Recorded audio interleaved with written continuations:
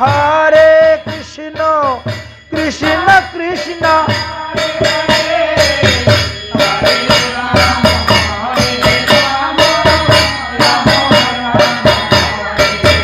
হরে কৃষ্ণ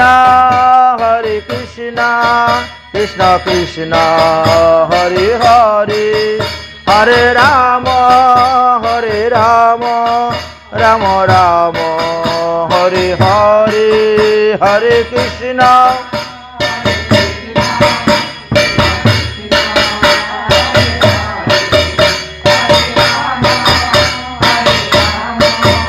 রাম রাম হরে হরে জয় রাধে জয় রাধে জয় রাধে জয় রাধে জয় রাধে জয়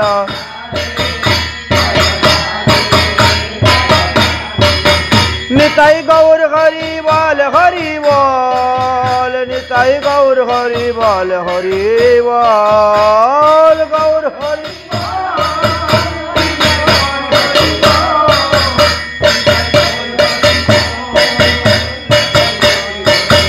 হরি বল হরি বল হরি বল হরি বল হরি বল হরি বল হরি বল হরি बोलो श्रीमद् भागवत महापुराण की जय जय श्री राधे श्याम निताई गौर हरि बोल। गतकालके आमरा भगवान श्रीकृष्णेर बाल्यलीलार कथा आस्वादन करते गिये आमरा आस्वादन करेछिलाम गोचारण लीला पर्यन्त।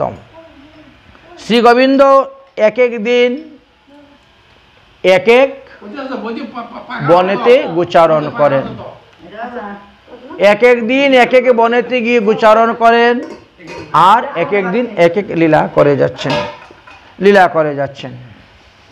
এই যে ভগবানের যতগুলা লীলা, এই লীলাগুলার মধ্যে কিন্তু এক একজন দেবতাদের দর্প ভঙ্গ করেছিলেন, সেই বিষয়ে বলিতেছি, শ্রবণ করুন।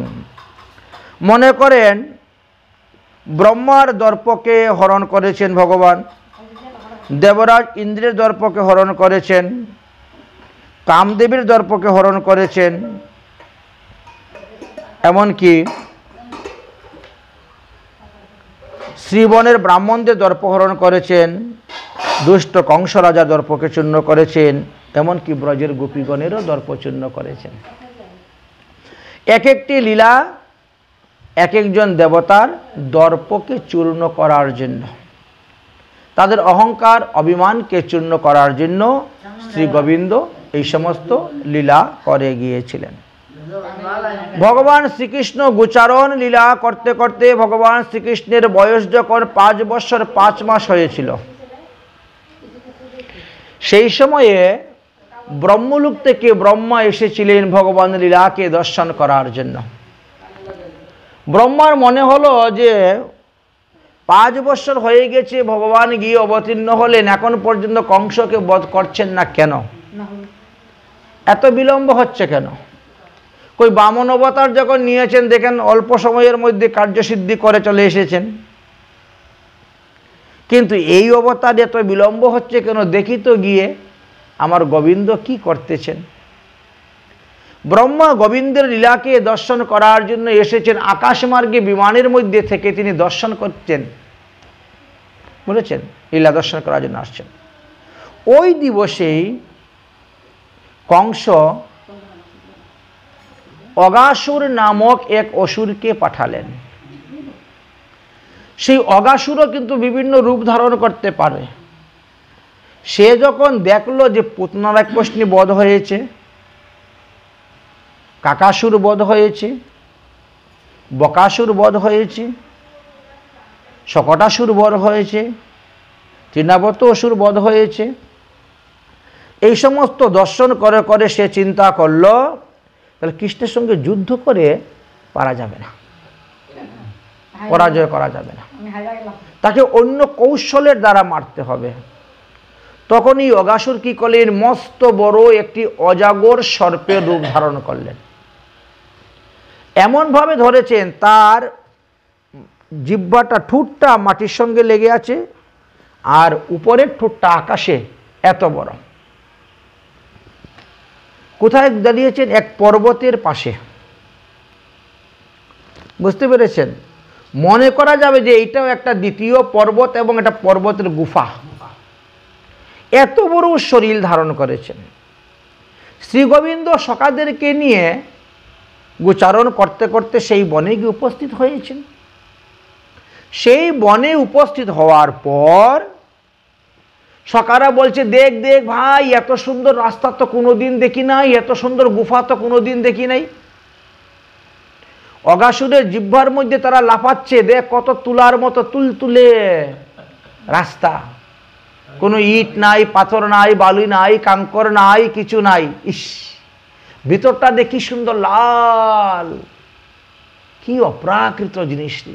এই আয় আয়, আজকে আমরা এখানে বসে বিশ্রাম করবো, এখানে বসে খাবো। শ্রী গোবিন্দ এখনো অগাসুরের মুখে ঢুকেন নাই।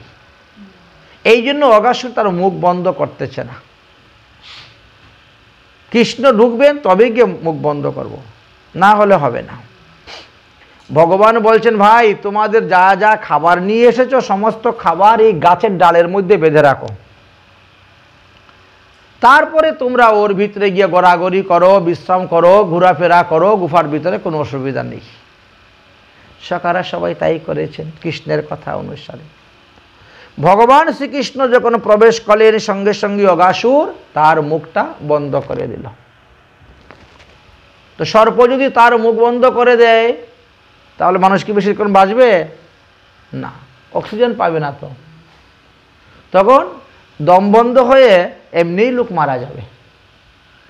আর শুধু খালি সে মুখ বন্ধ নয়, সে মুখ বন্ধ করার পরে তো সে এই যে উলট পালট করতে শুরু করে দিয়েছে। কেউ এদিকে পড়ছে, কেউ ওদিকে পড়ছে, কেউ ওদিকে পড়ছে, বেরিয়ে যাওয়ার তো রাস্তা নেই। হতে হতে অজ্ঞান হয়ে গেলেন। আমরা কিন্তু সবাই কালরূপী সর্পের মুখের ভিতরে বসে আছি, কিন্তু বুঝতে পারছি না। এটা চর্মচক্ষু দ্বারা দেখা যায় না, এটা দিব্য চক্ষুর দ্বারা, জ্ঞান চক্ষুর দ্বারা দেখতে হবে। কালরূপী সর্প বলতে কি? অতীতকাল, বর্তমানকাল, ভবিষ্যৎকাল। এটা কাল না? এই কালরূপী সর্পের মুখের মধ্যে আমরাও বসে আছি। তো আমরা কতক্ষণ জীবিত থাকবো? বলে যতক্ষণ সর্প তার মুখ বন্ধ না করে। এই জন্য ভাগবতে বললেন, কালো বালো মুখগ্রাস ত্রাস নির্ণানি হেতবে। এটা চলছে, দেখেছ? জয় রাধে, জয় রাধে, জয় রাধে। কালো বালো মুখগ্রাস, শোনা যাচ্ছে কিছু? ত্রাস নির্ণানি হেতবে শ্রীমৎ ভাগবতী বার্তা কলৌ কিরণে কেশব, কলৌ কিরণে ভাসিত।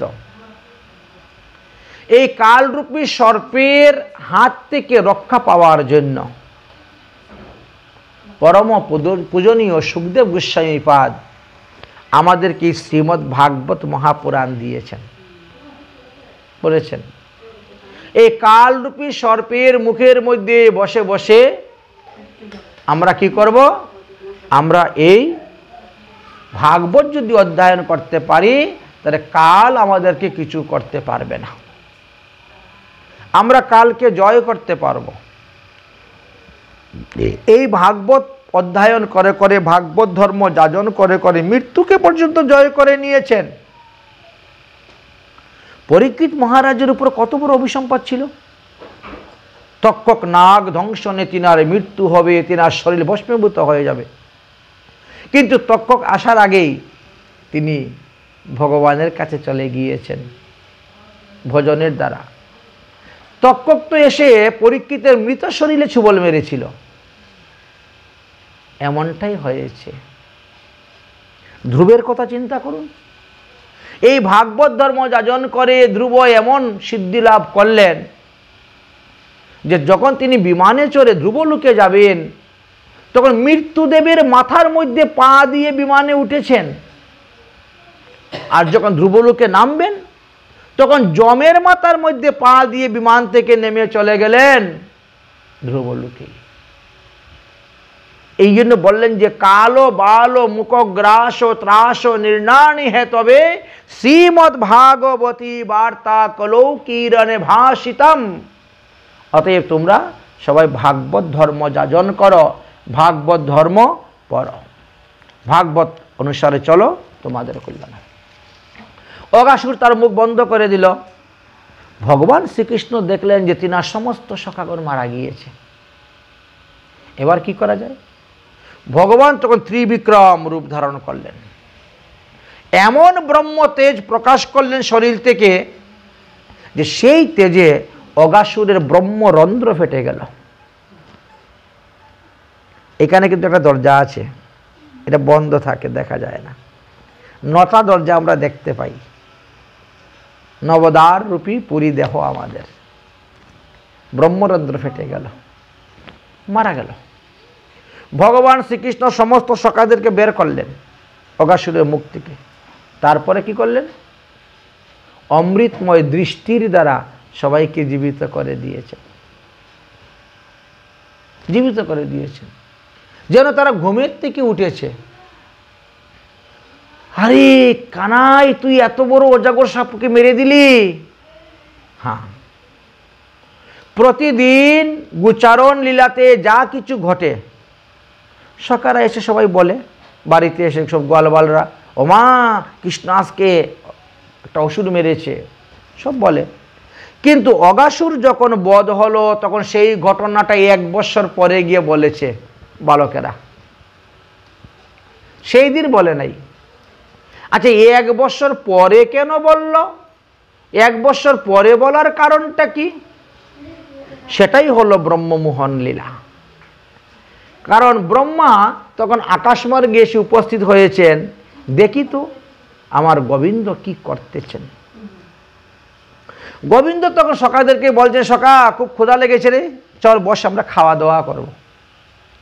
খেতে যখন বসেছেন গোবিন্দ, তখন গোবিন্দ মধুমঙ্গলের কাছে বলছেন, ভাই প্রতিদিন তুমি আমার ঘরের খাবার এনে খাও, লাগবে না, প্রতিদিন তুমি আমার ঘরের খাবার এনে খাও, আমার ঘর থেকে যা খাবার নিয়ে আসি তুমি খাও, কিন্তু আজকে তোমার ঘরের খাবার আমি খাবো।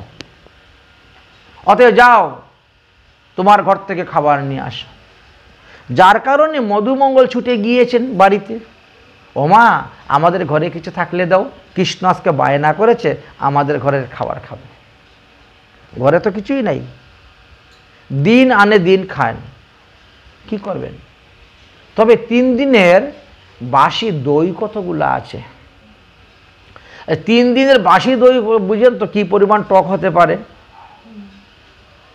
কিন্তু এত টক দই তো কৃষ্ণ খাবেই না, বরং ফেলে দিবে, থুতু করবে, আর সমস্ত সখাদের সামনে আমি লজ্জা পাব।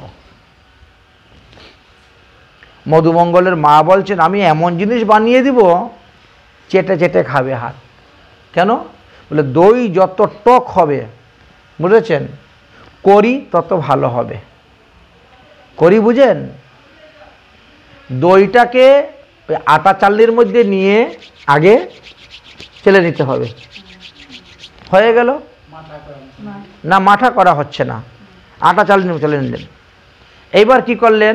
আরেকটা পাত্রের মধ্যে কতগুলো বেসন গুলবেন, বেসনের পকুড়ি করে আলাদা রাখলেন, আবার এতগুলো বেসন আলাদা গুলে রাখলেন। এইবার আপনি যেভাবে আমরা ডাল পুরন দিই, এইভাবে মেথি সম্বাস দিয়ে বা কারি পাতা টাতা দিয়ে, আদা কাঁচা লঙ্কা দিয়ে সম্বাস দিয়ে দিলেন। সম্বাস দিয়ে ওই দইটা ছেড়ে দিবেন ওর মধ্যে, সম্বাসের মধ্যে। দইটাকে একটু নাড়াচাড়া করলেন, করার পরে ওই যে বেসনটা গুলেছেন জলের মধ্যে, ওই বেসনগুলা জল দিয়ে দিবেন। বাস, এবার আপনি নাড়তে থাকেন, ধীরে ধীরে ধীরে ধীরে ওর ফুটতে থাকবে, গাঢ় হতে থাকবে, হয়ে গেল। তারপরে ওই পকোড়িগুলা ওর মধ্যে দিয়ে দিলেন, হয়ে গেল। এর নাম হলো করি। আমাদের উত্তরপ্রদেশে এটা প্রসিদ্ধ। কেউ যদি কারো বাড়ি বেড়াতে আসে করি তৈরি করবে, এটা খাওয়াবে, করি চাউল, বুঝেছেন? যদি কেউ মারা যায় শ্রাদ্ধেতে করি ব্যবহার হবে, এই করি রান্না হবে, দেওয়া হবে। বিভিন্ন উৎসব বড় বড় অনুষ্ঠান হলে করি হবেই হবে, ডাইল হোক আর না হোক, সবজি হোক আর না হোক, কিন্তু করি বানাতে হবে। ওরা সেখানকার জন্য ফেমাস, প্রসিদ্ধ খাবার। हाँ, करी पकौड़ी बेसन का रास्ता पकड़ ले स्टेशन का। करी पकौड़ी खेये यदि केउ कोनो दिके जाए तार मंगल होबे, तार अमंगल होबे ना रास्ताय। किन्तु दूध खेये गेले अमंगल, ताई कोथायो जाওয়ার समय दूध खेये जाबेन ना। यदि केउ जोर जोर करे आपनाके दूध खाওয়াই देয় ताहले दूधेर परे आपनि अन्य किछु खाबेन, कि जे पान खाय सेटा पान खेये निल, बा जे सुपारी खाटे सुपारी खेये निल, কেউ একটু হর্তুকি খেয়ে নিল, তাহলে দুধটাকে কেটে যাবে, না হলে দুধ কাটবে না। দই ভালো তো, দই তো মঙ্গল, দই মঙ্গল, দই দিয়েই তো করিটা তৈরি করা হলো। সেই করি তৈরি করে দিয়েছেন মধুমঙ্গলের মা। এবারে নিয়ে রওনা হয়েছে মধুমঙ্গল, চিন্তা করলো আমি একটু খেয়ে দেখি তো করিটা কেমন হয়েছে। কারণ যদি কৃষ্ণ না খেয়ে ফেলে দিয়ে থুতু করে তো লজ্জা পাবো লোকের সামনে, তার চেয়ে বরং আমি একটু খেয়ে দেখি কেমন হয়েছে। মুখে দিয়েছে, বাহ খুব সুস্বাদু হয়েছে, অমৃতের মতন হয়েছে। আর একটু খাই, যা আছে তো অনেক, আর একটু খাই। এই খাচ্ছে আর যাচ্ছে, খাচ্ছে আর যাচ্ছে, করতে করতে এদিকে কিন্তু কমে যাচ্ছে, সেদিকে লক্ষ্য নেই। খুব স্বাদ হয়েছে। ভগবান শ্রীকৃষ্ণ দূর থেকে দেখছে, আরে মধুমঙ্গল মাসিমা আমার জন্য পাঠাচ্ছেন আর তুমি খেয়ে নিচ্ছ, হ্যাঁ দাঁড়াও মজা দেখাচ্ছি। কৃষ্ণ দৌড়ে গিয়েছেন। কৃষ্ণ যখন দৌড়ে গিয়েছেন মধুমঙ্গল ঢকঢক করে মুখের মধ্যে ঢালতে শুরু করে দিয়েছে। গাল ফুলে মোটা হয়ে গেছে। কৃষ্ণ গিয়ে দুই গালে কিল মেরেছেন। যেই কিল দিয়েছেন এমনিই তো একেবারে বাইরে কৃষ্ণের একেবারে নাকে মুখে চোখে সব ভরে গেছে, ভরে গেছে। আর মধুমঙ্গল কি করছে, কৃষ্ণের গাল চাটতে শুরু করেছে কৃষ্ণের। আর কৃষ্ণ কি করতেছেন, মধুমঙ্গলের গাল চাটতে শুরু করে দিয়েছেন, বুঝেছেন? ব্রহ্মা এই দৃশ্যটা দেখে তিনার মনের মধ্যে সন্দেহ এসে গেল, সংশয় এসে গেল। তাহলে এই কৃষ্ণ তো আমার আসল ভগবান নয়। ভগবানকে কেউ কখনো উচ্ছিষ্ট খেতে দেয় না, আর ভগবানও কখনো কারো উচ্ছিষ্ট খায় না। তাহলে এই কৃষ্ণ তাহলে অন্য কৃষ্ণ, তাহলে এই কৃষ্ণ আসল ভগবান নয়। কিন্তু তাকে পরীক্ষা করি কেমন করে, সে আসল না নকল ভগবান। ভগবানকে পরীক্ষা করার জন্য তিনি কি করেছেন, ভগবানের সমস্ত গাভী বৎসগুলাকে চুরি করে নিয়েছেন। নিয়ে বৃন্দাবনে এখন যদি আপনারা যান রঙ্গজি মন্দির, মানে ওই সোনার তাল গাছ, সোনার তাল গাছের পাশে একটা বিরাট বড় পর্বত ছিল, সেই পর্বতের গুফার ভিতরে নিয়ে ঢুকিয়ে বন্ধ করে দিয়েছেন। বড় পাথর দিয়ে চাপা দিয়ে রেখে দিয়েছেন, আর ওই বৎসগুলাকে মোহনিদ্রায় নিদ্রিত করে দিয়েছেন, যাতে এদের ঘুম ভাঙবে না। ব্রহ্মা যতক্ষণ পর্যন্ত ঘুম না ভাঙায় তত এই অবস্থায় তাদের ক্ষুধাও লাগবে না, পিপাসাও লাগবে না, মলমূত্র বেগও আসবে না, আবার তাদের মৃত্যুও হবে না। ব্রহ্মা সেইভাবে রেখে দিয়েছেন। ভগবান শ্রীকৃষ্ণ সবার সঙ্গে মিলেমিশে প্রসাদ খেতে খেতে হঠাৎ করে বলছেন, কিরে সখা আমাদের বাছুরগুলা দেখা যাচ্ছে না কেন? তাই তো, বাছুর তো দেখা যাচ্ছে না, একটা বাছুরও নেই, কি হলো? কৃষ্ণ বলছেন, তাহলে তোমরা বসে খাওয়া দাওয়া করো, আমি দেখে আসি বাছুরগুলা কোথায় গেল। কৃষ্ণ যখন বাছুরগুলা দেখার জন্য গেলেন, আর তৎক্ষণাৎ ব্রহ্মা এসে সমস্ত সখাদেরকে মোহনিদ্রায় নিদ্রিত করে দিয়ে শূন্য এদেরকে নিয়ে গিরিরাজ গোবর্ধন পর্বতের মানসী গঙ্গার পিছনে ওই পারে, বর্তমানে যেখানে হরিদেবজি মন্দির আছে, এই মন্দিরের পিছনে একটা বিরাট বড় গুফা ছিল। সেই গুফার ভিতরে ঢুকিয়ে এদেরকেও মোহনিদ্রায় নিদ্রিত করে ব্রহ্মা রওনা হয়ে গেছেন, ব্রহ্মলোকে চলে গেলেন। দেখি এই কৃষ্ণ যদি আসল কৃষ্ণ হয় তাহলে তিনি ব্রহ্মলোকে আসবেন, এসে বলবেন, ব্রহ্মা আমার সখাদেরকে দাও, তুমি কেন চুরি করে নিয়েছ, আমার গাভী বৎসদেরকে দাও। তাহলে আসল ভগবান। আর যদি সে নকল কৃষ্ণ হয় তাহলে তো বনে বনে ঘুরে বেড়াবে, গাভীর বাছুর বাছুর আর সখাদেরকে খোঁজার জন্য বেরোবে। বাস, এবার আমার পরীক্ষাটা হয়ে যাবে আসল এবং নকল।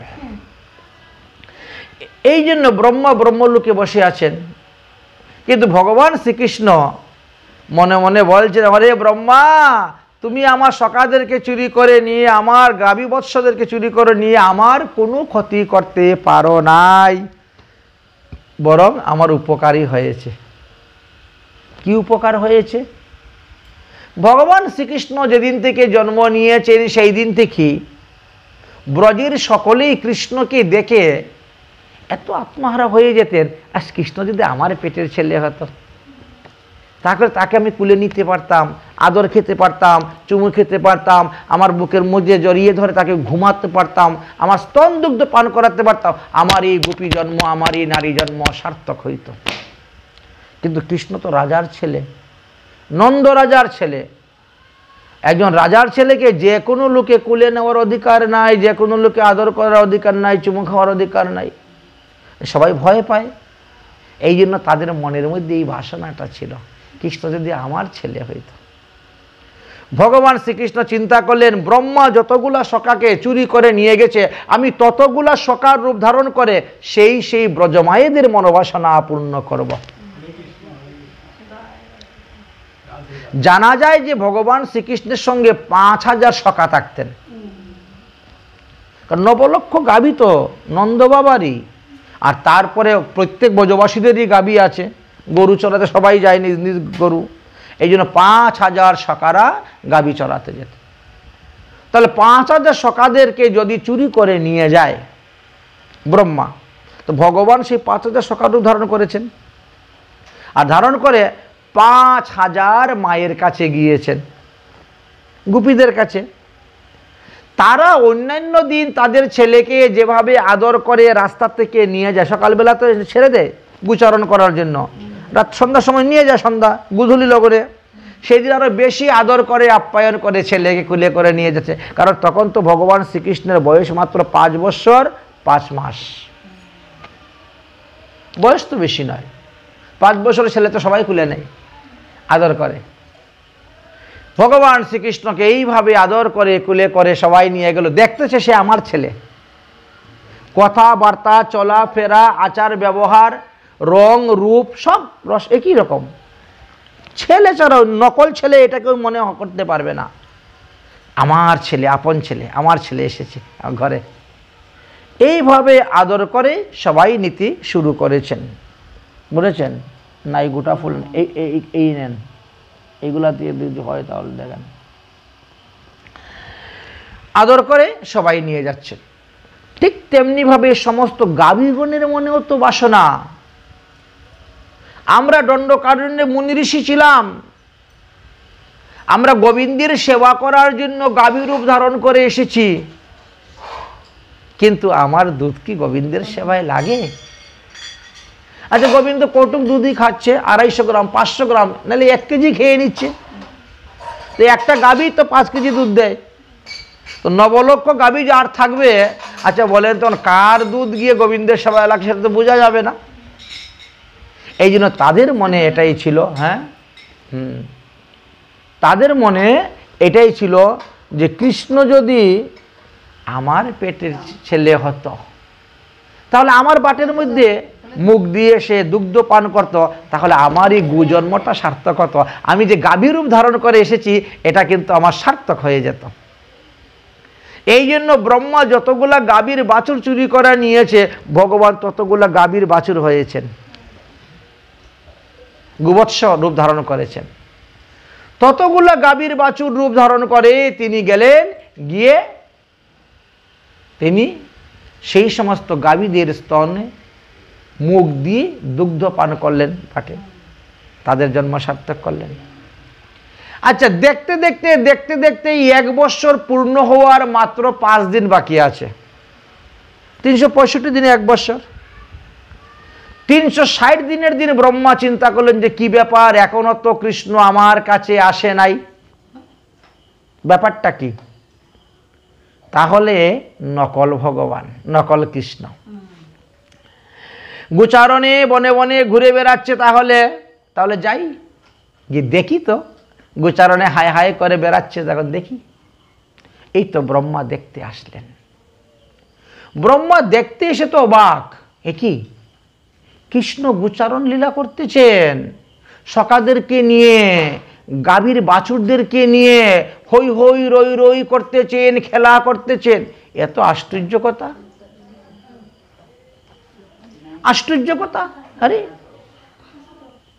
আমি যাদেরকে মোহনিদ্রায় নিদ্রিত করে পর্বতের গুফার মধ্যে রেখে দিলাম, তাকে কেমন করে কৃষ্ণ নিয়ে আসলো বের করে? সে তো কৃষ্ণকে বের করে আনার কথা নয়, আর নিদ্রা ভাঙ্গানোর কথা, যে আমি যাকে স্তম্ভন করেছি সেটা তো আমি ছাড়া অন্য কেউ পারবে না। তাহলে তো সে আসল ভগবানই। অপরাধ হয়ে গেছে, ভুল হয়ে গেছে। আচ্ছা দেখি তো পরীক্ষা করে গিয়ে, আমি যাদেরকে নিদ্রা দিয়েছিলাম এদেরকে নিয়ে আসলো কি না। বৃন্দাবনে গিয়েছেন, গিয়ে দেখেন না, ব্রহ্মা যাদেরকে মোহনিদ্রায় নিদ্রিত করেছেন এরা ঠিকই নিদ্রিতে আছে। গোবর্ধনে এসেছেন, ঠিকই তো এরা নিদ্রিত আছে। আরে তাহলে আমি যাদেরকে মোহনিদ্রায় নিদ্রিত করে রেখেছি এরা কি নকল? আসলদেরকে নিয়ে খেলা করতেছেন। কে আসল কে নকল এই কথা চিন্তা করতে করতে ব্রহ্মা বারবার যাচ্ছেন আর বারবার আসছেন, বারবার যাচ্ছেন বারবার আসছেন, কিন্তু ভগবানের লীলার কোনো কুল কিনার তিনি পাচ্ছেন না। শেষ পর্যন্ত ব্রহ্মা ভগবানের চরণে পড়লেন, ক্ষমা চাইলেন। প্রভু আমার অপরাধ হয়ে গেছে, আমাকে ক্ষমা করে দিন, আমাকে ক্ষমা করে দিন। গোবৎস হরিয়া ব্রহ্মা ভগবানের চরণে এবার ক্ষমা চাইতে শুরু করলেন। ভগবান তখন বলে ঠিক আছে,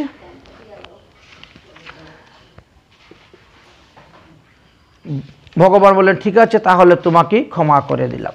কিন্তু ভগবান যে ক্ষমা করলেন সেখানেও আমাদের অনেক মহাজন বলেন যে ভগবান তখন এক অংশে তিনি ব্রহ্মলোকে চলে গিয়েছিলেন। আর ব্রহ্মলোকে গিয়ে তিনি ব্রহ্মার রূপ ধারণ করে সেখানে বসেছেন,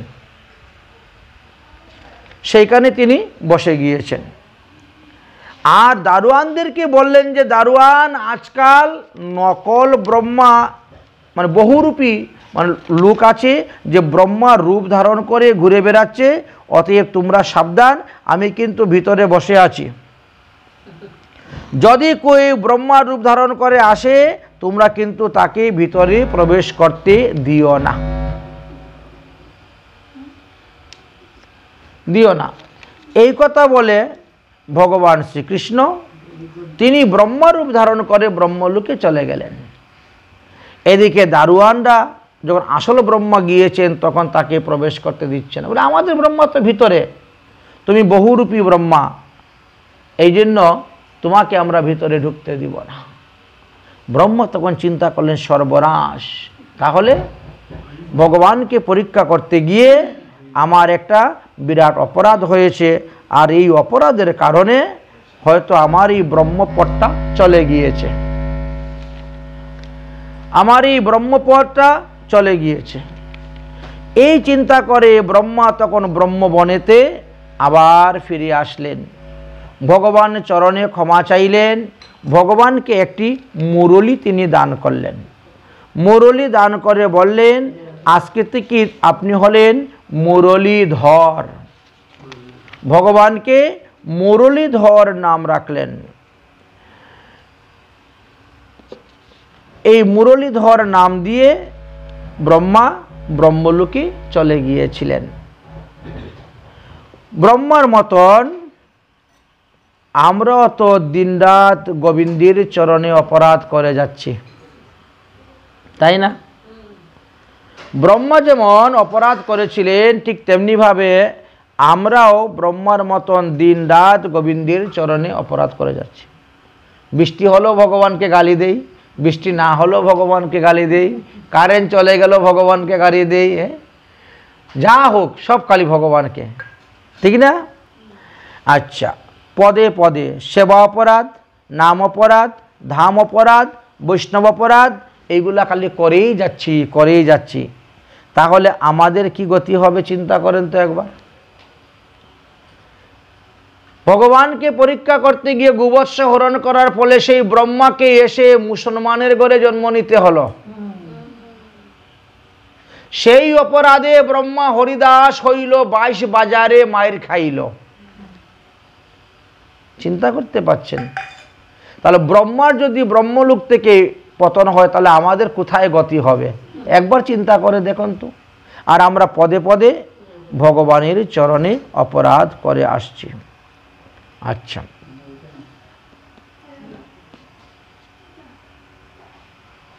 এই জন্য ভগবানের চরণে ক্ষমা প্রার্থনা চাইতে হয়। আমরা পূজার পরে কি করি? ক্ষমা প্রার্থনা চাই। পূজার পরে আমরা ভগবানের কাছে ক্ষমা প্রার্থনা চাই। এই যে পূজা করার পরে আমরা আরতি করি, এই আরতির দ্বারা কি হয়? ওই কোনারে আমরা যে আরতি করি, এই আরতির দ্বারা কি হয়? আমাদের অপরাধ স্খলন হয়। গীতা পাঠ, ভাগবত পাঠ করলে অপরাধ স্খলন হয়, হরিনাম করলে অপরাধ স্খলন হয়। এইগুলো হলো অপরাধ স্খলনের উপায়।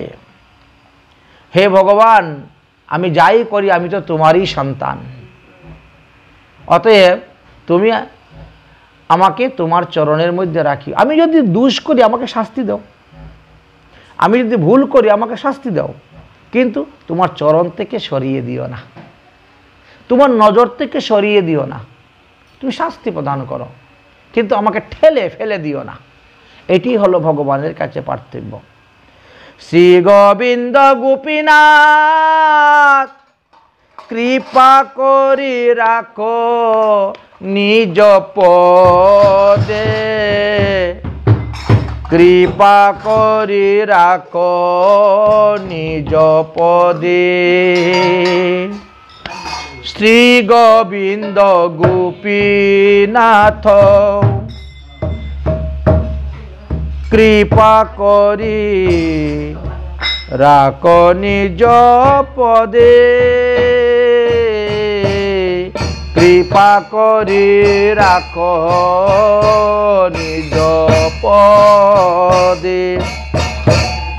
কাম ক্রোধ দুহি জনে লইয়া ফিরে নানা স্থানে, কাম ক্রোধ দুইজনে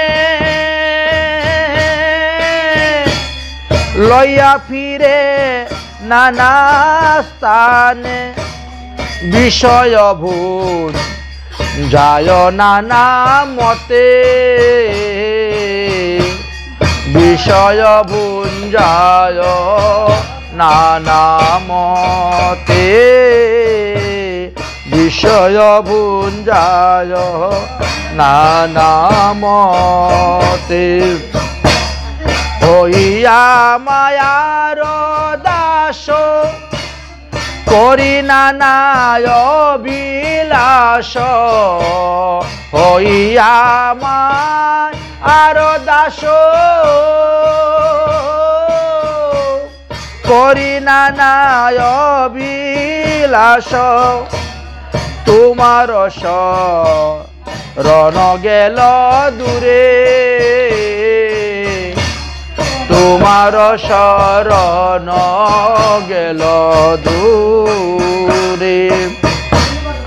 ওর তোলা বেরয়াসে কপট বৈষ্ণব বেশে, ওর তোলা বেরয়াসে কপট বৈষ্ণব বেশে, ভ্রমিয়া বেড়া ঘরে ঘরে ভমিয়া বেড়াহি ঘরে ঘরে ভমিয়া বেড়াহি ঘরে ঘরে ভমিয়া বেড়াহি ঘরে ঘরে অনেক দুঃখের পরে লয়াছিলে ব্রজপুরে অনেক দুঃখের পরে লয়াছিলে ব্রজপুরে কৃপাডুর গলাতে বান্ধিয়া কৃপাডুর গলাতে বান্ধিয়া দৈব মায়া বলাতে কারে ফসাইয়া সেই ডুরে দৈব মায়া বলাৎকারে ফসাইয়া সেই ডুরে ভবকূপে দিল গো ফেলিয়া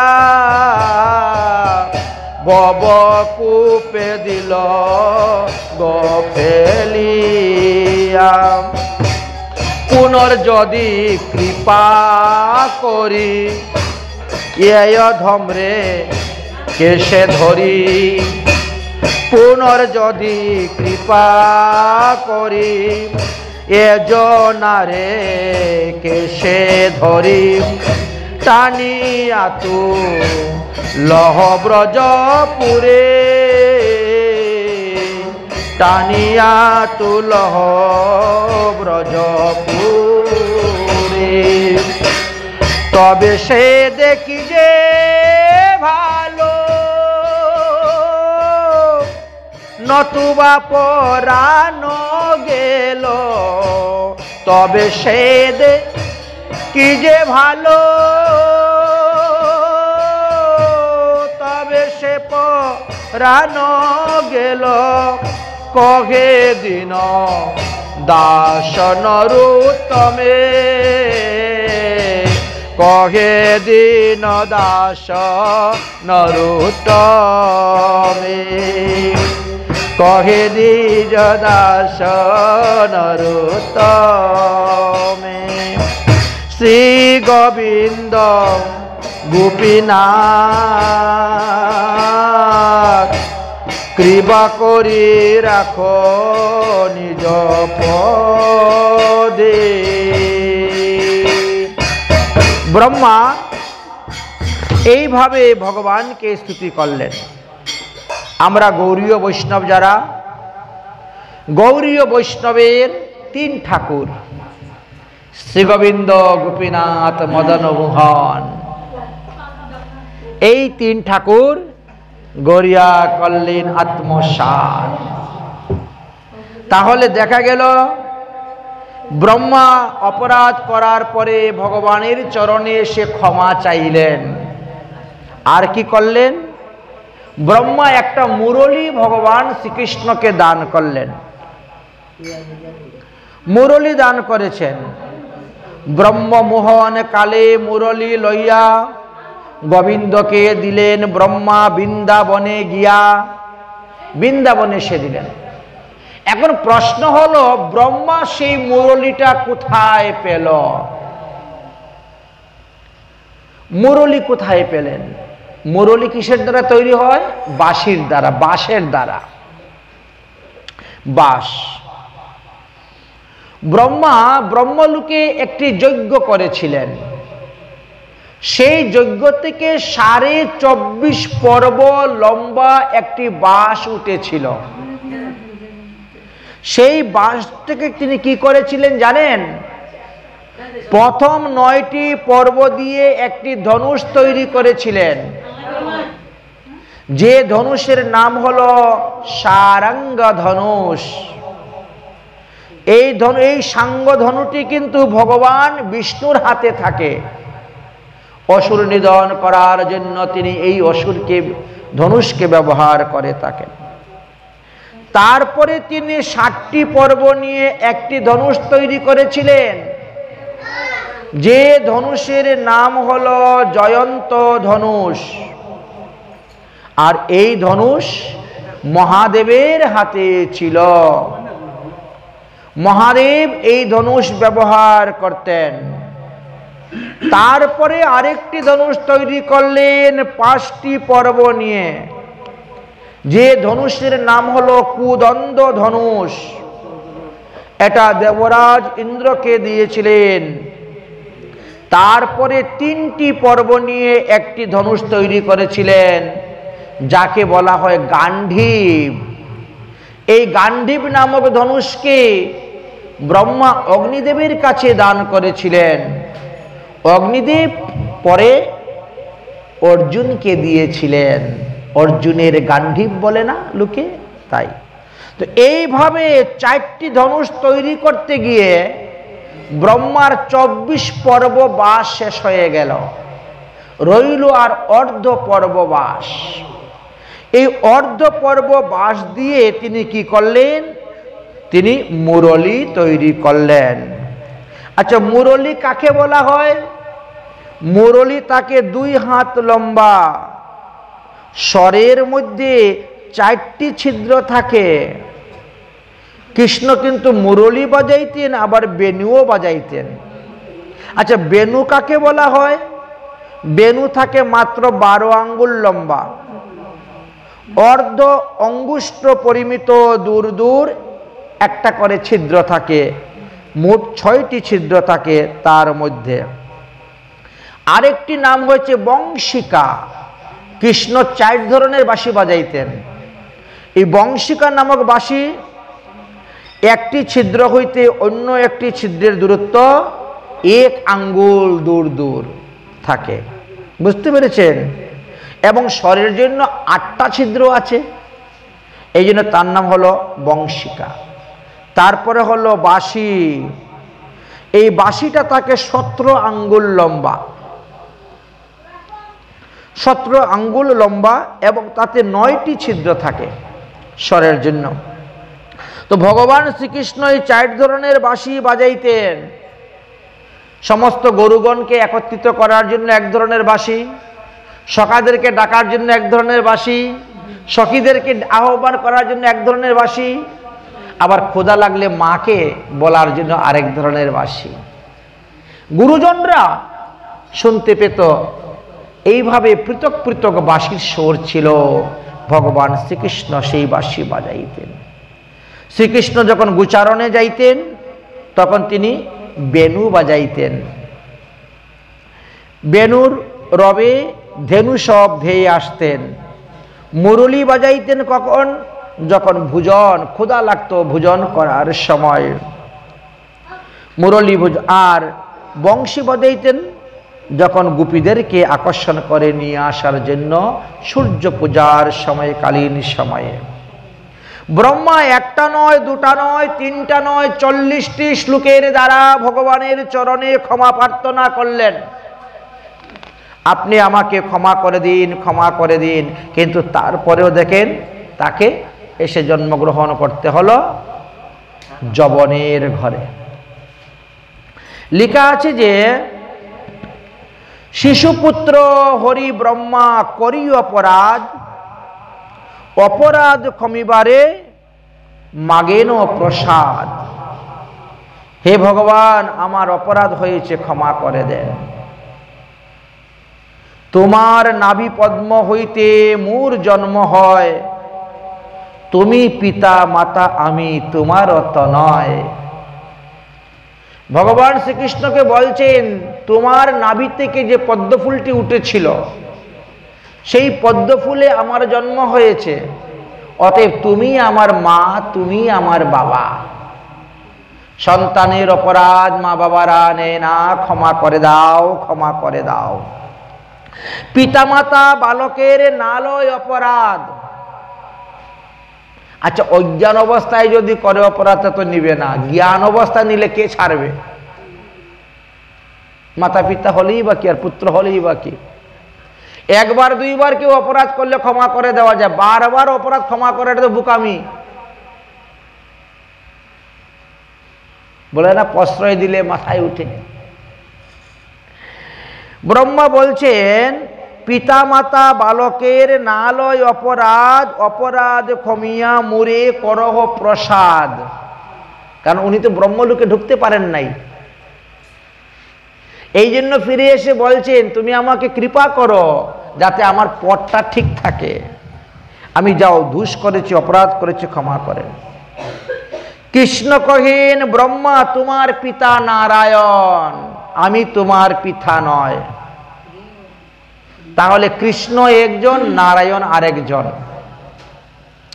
যারা মনে করেন কৃষ্ণ আর নারায়ণ এক, তাদের সিদ্ধান্ত ভুল।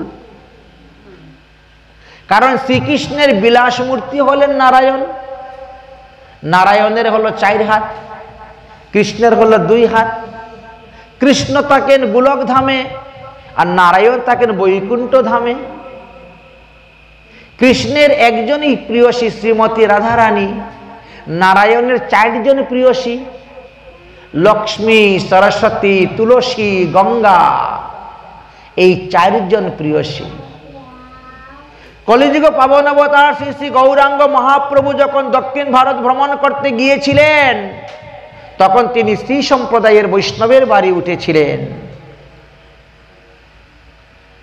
তারা লক্ষ্মী নারায়ণের সেবা করতেন, পূজা করতেন। একদিন মহাপ্রভু বললেন তোমাদের লক্ষ্মী সতী শিরোমণি, সতী সাধ্বী শিরোমণি, তো তিনি কেন আমার কৃষ্ণের সঙ্গে রাসলীলা করতে এসেছেন? সতীনারী তো পরপতির কাছে যায় না, তাহলে তোমার লক্ষ্মী ঠাকুরানী কেন আমার কৃষ্ণের সঙ্গে রাসলীলা করার জন্য বৃন্দাবনে এসেছিলেন? তখন বঙ্কট ভট্ট বলছেন কৃষ্ণ নারায়ণ তো একই, দেবতাদের অনুরোধে নারায়ণই তো দেবকীর পুত্র কৃষ্ণ হয়ে জন্মগ্রহণ করেছেন, তো নারায়ণ তো লক্ষ্মীরই পতি। তো সেই লক্ষ্মী দেবী যদি কৃষ্ণের সঙ্গে রাসলীলা করে তাহলে দোষের কি কারণ? দোষ কোথায়? ভগবান বলছেন আমি দোষের কথা বলছি না, আমি রসের কথা বলছি। কৃষ্ণের সঙ্গে সবাই মিলন করতে পারে, পরমাত্মা তো, পরমাত্মার সঙ্গে কোন জীবাত্মা মিলতে না চায়? পরমাত্মার সঙ্গে জীবাত্মার মিলনে তো দোষ নেই। কিন্তু আমি বলতে চাচ্ছি যে তোমার লক্ষ্মী ঠাকুরানী সতী শিরোমণি হয়ে কেন আমার কৃষ্ণের সঙ্গে আসলেন রাসলীলা করতে? এই কারণেও দেখেন বলছেন, কৃষ্ণ বলছেন আমি নারায়ণ নই, আমি তোমার পিতা নয়, আমি তোমার মাতা নয়। আমার থেকে নারায়ণ সৃষ্টি হয়েছেন, কিন্তু আমি নারায়ণ নয়। দুধ যদি একবার বিকার প্রাপ্ত হয়ে দই হয়ে যায়, সেই দই আবার দুধেতে রূপান্তরিত হয় না। আমি ব্রহ্মা হয়েছি, আমি বিষ্ণু হয়েছি, আমি মহাদেব হয়েছি, গুণ অবতার। শতগুণে আমি বিষ্ণু রূপ ধারণ করেছি, রজগুণে আমি ব্রহ্মা রূপ ধারণ করেছি, তমগুণে আমি মহাদেবের রূপ ধারণ করেছি। কিন্তু মহাদেব কখনো ভগবান হতে পারবেন না, কৃষ্ণ হতে পারবেন না। ব্রহ্মা কখনো কৃষ্ণ হতে পারবেন না, ভগবান হতে পারবেন না। কারণ দুধ বিকার প্রাপ্ত হয়ে গেলে সেটা আর দুধে রূপান্তরিত হয় না। দই হবে, মাটা হবে, গুড় হবে, পনির হবে, ছানা হবে, মাখন হবে, ঘি হবে, কিন্তু সে দুধে কখনো রূপান্তরিত হতে পারবে না। এই জন্য আমি তোমার পিতা নহে, তোমার পিতা হলেন নারায়ণ। আমি গোপ, তুমি কইছে আমারও সন্তান, আমারও নন্দন, আমি তো গোপ জাতি। অতএব আমি তোমার পিতা কেমন করে, তুমি আমার পুত্র কেমন করে? ব্রহ্মা, এরপর তুমি বলো। ব্রহ্মা কহিন তুমি কি না হও নারায়ণ, তুমি নারায়ণ শুনো তাহারও কারণ। আমি কেন তোমাকে নারায়ণ বলছি কৃষ্ণ, তার একটা কারণ আছে। আচ্ছা বলো তো তুমি কি কারণ? প্রকৃতি, প্রকৃতা প্রকৃত সৃষ্টি যত জীবরূপ, তাহাতে আত্ম তুমি মূল স্বরূপ। এই পৃথিবীতে যা কিছু সৃষ্টি হয়েছে সব তোমার থেকে সৃষ্টি হয়েছে। তা নারায়ণও তোমার থেকে সৃষ্টি হয়েছে, লক্ষ্মীও তোমার থেকে সৃষ্টি হয়েছে, আমিও তোমার থেকে সৃষ্টি হয়েছি।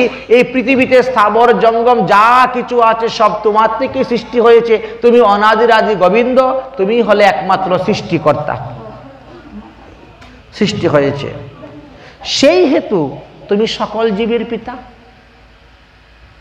তুমি জগৎ পিতা, তুমি জগৎ গুরু, তুমি জগৎ স্বামী, তুমি জগতের সব কিছু হতে পারো। তাহলে নারায়ণেরও মূল নারায়ণ তুমি। আচ্ছা, নারায়ণ কেন বলছি? নার মানে জল, আয়ন মানে ঘর। জলের উপরে যে ঘর বানায় বাস করে সে নারায়ণ।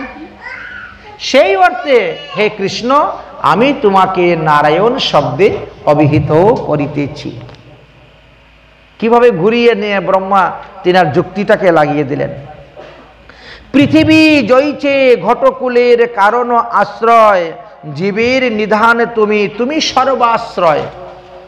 এই সমস্ত জগৎ তোমার থেকে সৃষ্টি হয়েছে, আবার তোমার মধ্যে গিয়ে লীন হয়ে যাবে। অন্যদিকে রাখো, বাতাসে নাকের মধ্যে লাগে এসে ধূপকাঠি এইখানে রাখলে হবে না, ওই দিকে রাখতে হবে, না হলে সব বাতাসে আমার নাকের মধ্যে লাগবে। পৃথিবীতে জয়ছে ঘটকুলের কারণ আশ্রয়, জীবের নিধান তুমি, তুমি সর্বাশ্রয়। নার শব্দে কহে সকল জীবেরও নিশ্চয়। নার শব্দের দ্বারা জীবকে বোঝায়, নর নার। আয়ন শব্দে কহি তাহার আশ্রয়। এই পৃথিবীতে যত জীব আছে সব তোমাকে আশ্রয় করিয়া আছে, সেই অর্থে তো তুমিও নারায়ণ হও। অতএব হও তুমি মূল নারায়ণ। তুমি বৈকুণ্ঠের নারায়ণ নও, তুমি মূল নারায়ণ, মানে নারায়ণেরও সৃষ্টিকর্তা তুমি। এই জন্য তোমাকে মূল নারায়ণ বলা হয়েছে। অতএব হও তুমি মূল নারায়ণ, এই এক হেতু শুনো দ্বিতীয় কারণ। তাহলে এটা হলো প্রথম। এবার দ্বিতীয় কারণ নারায়ণ তোমাকে বলার পিছনে আরেকটা যুক্তি আমার আছে, ঠিক না? বলছে যদি কথা বলতে জানি, তো বলের অনেক বাণী আছে, অনেক যুক্তি আছে। এবার দ্বিতীয় যুক্তি দেখাচ্ছেন। জীবের ঈশ্বর তুমি, জীবেরও ঈশ্বর পুরুষাদি অবতার। তোমার প্রথম পুরুষ অবতার হলো চারটি: সংকর্ষণ বিষ্ণু, কারণশায়ী বিষ্ণু, গর্ভদোষায়ী বিষ্ণু, ক্ষীরোদোষায়ী বিষ্ণু।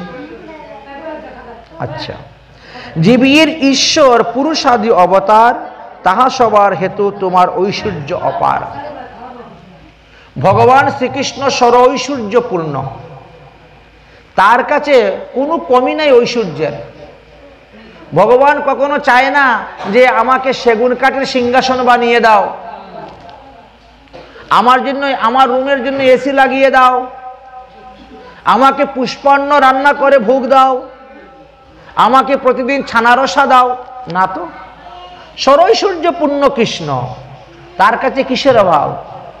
সে খালি চায় একটু প্রেমের সহিত, ভক্তির সহিত, শ্রদ্ধার সহিত আমাকে দাও।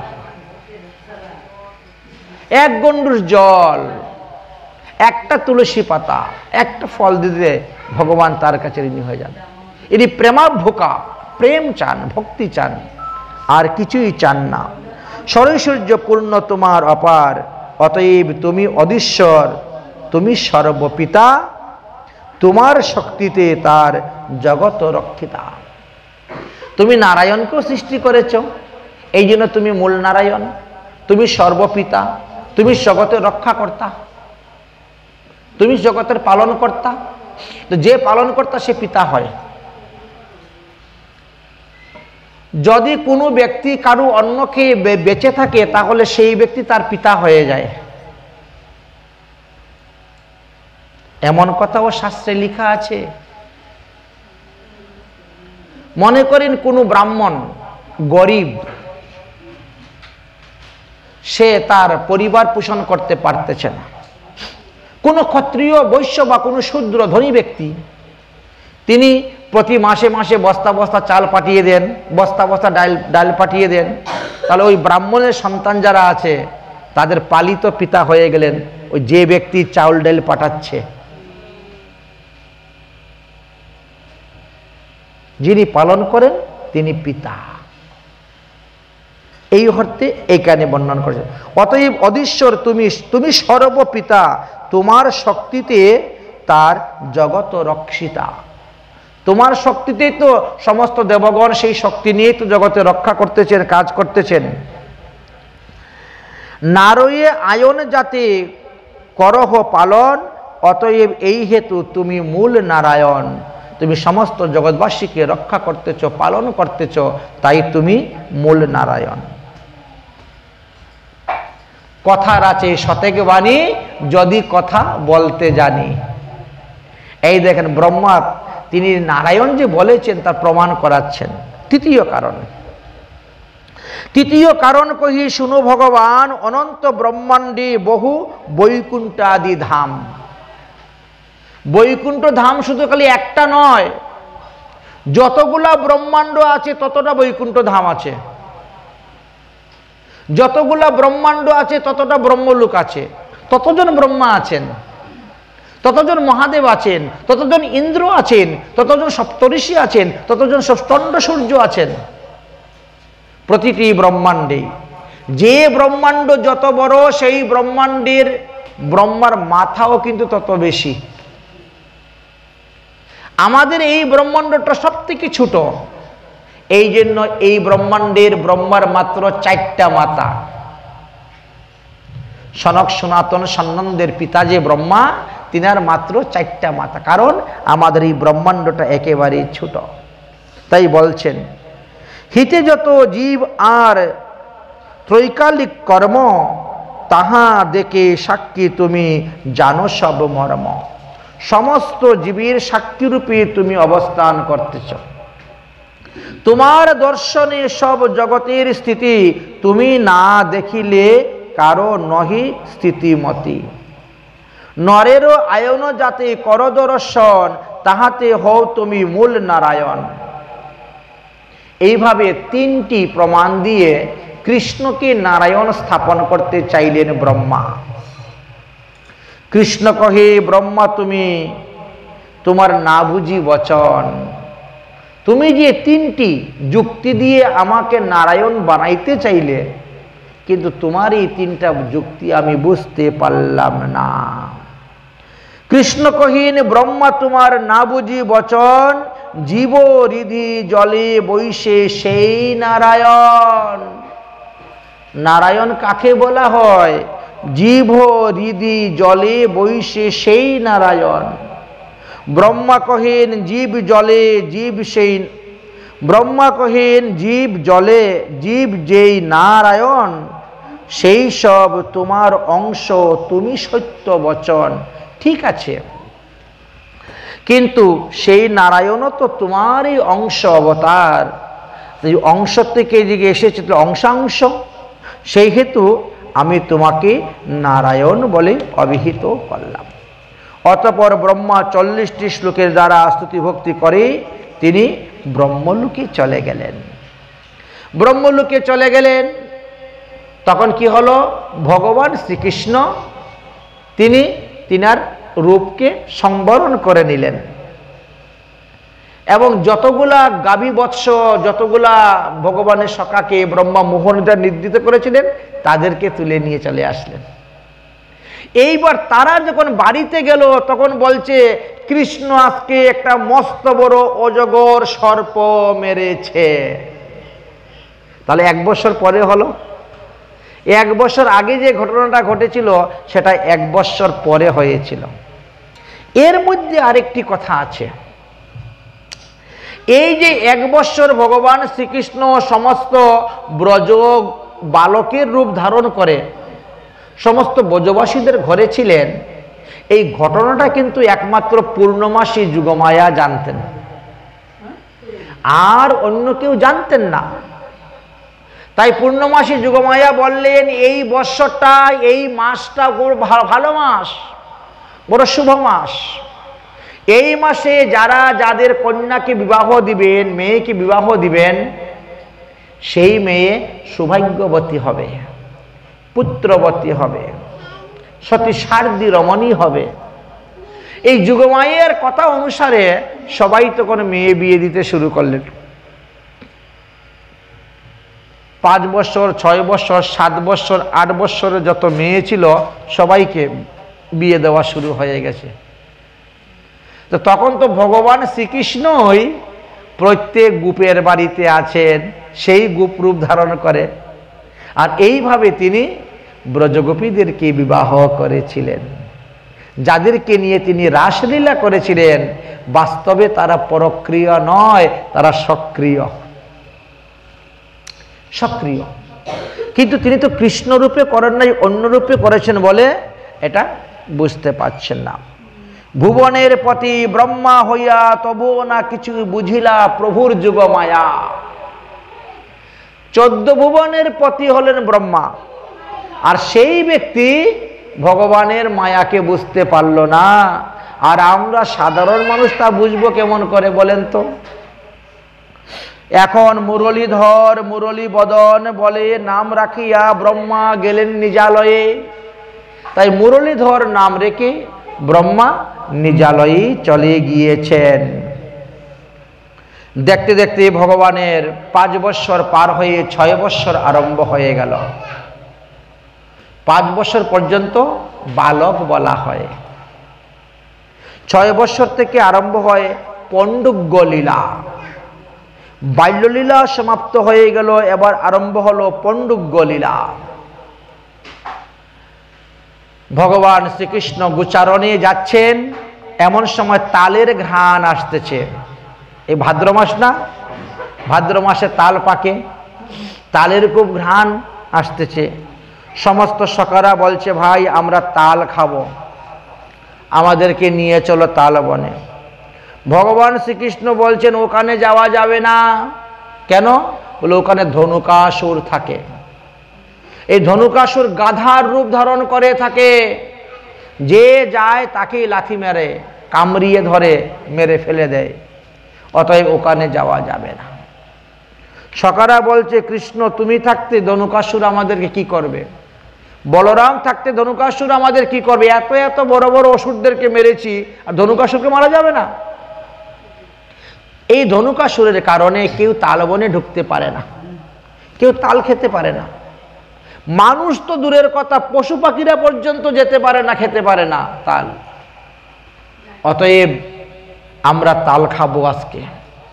কৃষ্ণ বলরাম রওনা হয়েছেন, সেখানে গাছের মধ্যে ধরে ঝাড়া দিচ্ছেন, আর ধপধপ করে তাল পড়তে শুরু হয়েছে। তালের শব্দ শুনে ধনুকাসুর আসলো, শুরু হলো যুদ্ধ। যুদ্ধ করতে করতে এই ধনুকাসুরকে বধ করেছিলেন আর তালবনকে মুক্ত করেছিলেন। এই জন্য এই বনের নাম দ্বিতীয় বন তালশ্রী বন বলা হয়। তালবন হলো বৃন্দাবনের মধ্যে দ্বিতীয় বন। প্রথম বনের নাম হলো মধুবন, দ্বিতীয় বনের নাম হলো তালবন, তৃতীয় বনের নাম হলো কুদরবন। এইভাবে 12টি বন বিরাজ করিতেছে। শ্রী গোবিন্দ ধনুকাসুরকে মুক্ত করে দিলেন, আর তারপরে তিনি রওনা হয়েছেন। যমুনার তীরে গিয়ে উপস্থিত হয়েছেন, আর যমুনার হ্রদের জল পান করে সমস্ত গাভীগণ মারা গিয়েছেন। কি ব্যাপার? না না, ওখানে কালীয় নাগ থাকে। এই জন্য এই কালীয় নাগের বিষেতে জল দূষিত হয়ে গিয়েছে, তাই যে এই জল পান করতে সেই মারা যাচ্ছে। ভগবান শ্রীকৃষ্ণ চিন্তা করলেন, তাহলে তো এই ওষুধটাকে এখান থেকে সরাতে হবে, কালীয় নাগকে। কিন্তু কেমন করে সরাইব? সে তো জলের নিচে থাকে, বহু নিচে থাকে, গভীরে। তার আবার 60 জন স্ত্রীও আছে, অনেক বাচ্চা কাচ্চাও আছে। কি করা যায়? শক্তি এবং শক্তিমানের প্রয়োজন। তাই শ্রী গোবিন্দ চিন্তা করছেন কিভাবে কালীয় নাগকে দমন করবে। সেই দিন কি হয়েছে? সেই দিন রাধারানীর একটা উড়না ছিঁড়ে গেছে। তো রাধারানী উন্না ছিঁড়ে গেছে, রাজার মেয়ে তো ছিঁড়া উন্না পরবে নাকি, ফেলে দিয়েছেন। মধুমঙ্গল ওই উড়নাটাকে এনে বল বানিয়েছে, কাপড়ের বল, পেঁচিয়ে বিচিয়ে ঘুরিয়ে ঘুরিয়ে শক্ত করে সেলাই করে বল বানিয়েছে, কাপড়ের বল। এটা তারা ওই গোচারণে গিয়ে খেলে, একজনে আরেকজনের গায়ে বল মারে খেলে, একে গেন্দ খেলা বলা হয়।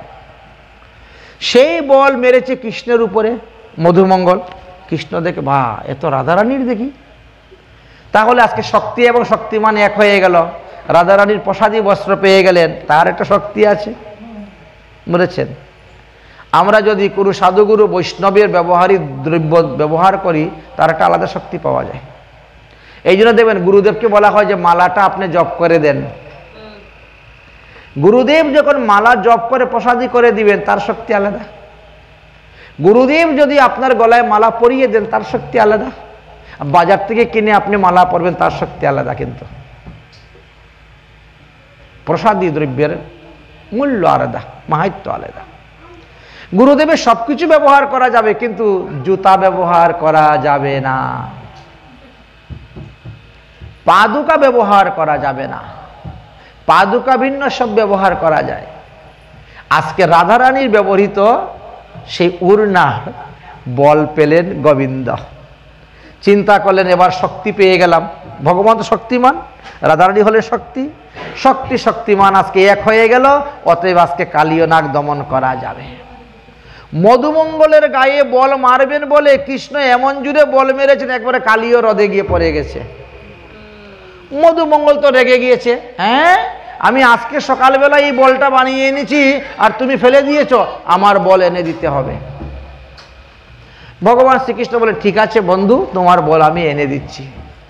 যখন ভগবান কদম্ব গাছের মধ্যে উঠেছেন, তখন সব না না না না বল আনতে হবে না, বল আনতে হবে না, কারণ কালীয় হ্রদ, কালীয় হ্রদের উপরে কদম্ব গাছ এখন পর্যন্ত আছে। ৫,৫০০ বৎসরের এই বৃক্ষ, কদম্ব বৃক্ষ এখন পর্যন্ত আছে। হ্যাঁ, বৃন্দাবনে একে অক্ষয় বট বলা হয়। ৫,৫০০ বৎসর ধরে জীবিত। এই কালীয় নাগের হ্রদের মধ্যে লাফ দিয়ে পড়ার জন্য কৃষ্ণ সেই বৃক্ষের উপরে উঠলেন, কদম্ব বৃক্ষের। তখন সব সকালে বলছে, না না না বল লাগবে না, বল আনতে হবে না, কৃষ্ণ তুই নেমে আয়, কৃষ্ণ নেমে আয়। কিন্তু কৃষ্ণ নামলেন না, এক লাফ দিয়ে কালীয় হ্রদের মধ্যে পড়ে গেলেন। সঙ্গে সঙ্গেই কালীয় নাগের সপ্ত স্ত্রী এসে উপস্থিত। আরে বালক, তুমি কোথার থেকে এসেছো, যাও যাও, ফিরে যাও। এই জলের উপরে যে কোনো কেউ যেতে পারে না, মরে যায়, তুমি আসলে কেমন করে? তোমার ভাগ্য ভালো যে তুমি এখনো বেঁচে আছো, তুমি তাড়াতাড়ি ফিরে যাও, তাড়াতাড়ি ফিরে যাও। আমার বল এখানে পড়েছে, বলটা নেওয়ার জন্য এসেছি। আচ্ছা, অন্যান্য বল তো জলের মধ্যে ভাসে, আর সেটা তো কাপড়ের বল না, জল খেয়ে তো চুবে নিচে চলে গেছে। কাপড়ের বল তো আমার, তুমি যেও না, আমি তোমাদের বল এনে দিচ্ছি, খবরদার তোমরা কেউ ছুবে না আমার বল, তোমরা কেউ আমার বল ছুবে না, ধরবে না, আমি যাব বলাতে।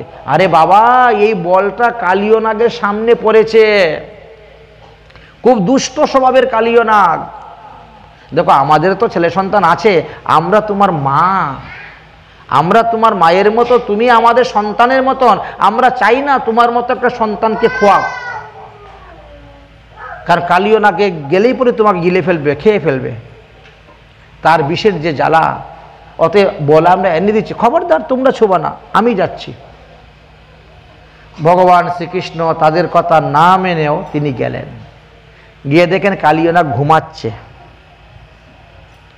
ভগবান গিয়ে তিনার বলটা আনলেন। বল নিয়ে আসার সময় লেজের মধ্যে একটা পা দিয়েছেন, ইচ্ছা করেই। কিন্তু কালীয় নাগের লেজের মধ্যে যখন পা দিয়েছেন, তখন কালীয় নাগের ঘুম ভেঙে গেছে। কে? এই তো শুরু হয়ে গেল যুদ্ধ। ভগবান শ্রীকৃষ্ণ যুদ্ধ করতে করতে করতে করতে কালীয় নাগের সমস্ত ফনাগুলাকে ভেঙে দিয়েছেন। কালীয় নাগের মাথার মধ্যে উঠে নৃত্য করতে শুরু করেছেন, লাথি মারতে শুরু করেছেন। কালীয় নাগের সমস্ত ফনা নত হয়ে গেছে, রক্ত বমি হতে শুরু হয়েছে। কালীয় নাগ আর বাঁচবে না, মরে যাবে। তখন তার সপ্ত পত্নী এসে স্তুতি করতে শুরু করলেন। এই 7 জন পত্নী এসে স্তুতি করতে শুরু করলেন, দেখো বাবা, তুমি রক্ষা করো, আমার স্বামীকে রক্ষা করো, না হলে তো আমরা বিধবা হয়ে যাব, রক্ষা করো। অনেক স্তুতি ভক্তি করার পরে ভগবান বললেন, ঠিক আছে, ওরে কালীয় নাগ, আমি যার বাড়িতে যাই সে আমাকে মাখন, মিষ্টি, লাড্ডু কত কিছু খেতে দেয়, আর তোমার বাড়িতে আমি আসলাম, তুমি আমাকে বিষ দিলে, বিষ। তোমার এই বিষের জ্বালায় সমস্ত প্রাণী মরে মরে অবস্থা। কালিয়ানাগ বলছে, প্রভু কি করব, এটা কি আমার দোষ? তুমি তো আমাকে বিষ দিয়ে জন্ম দিয়েছ, তা আমি বিষ দেব না তো কি দিব?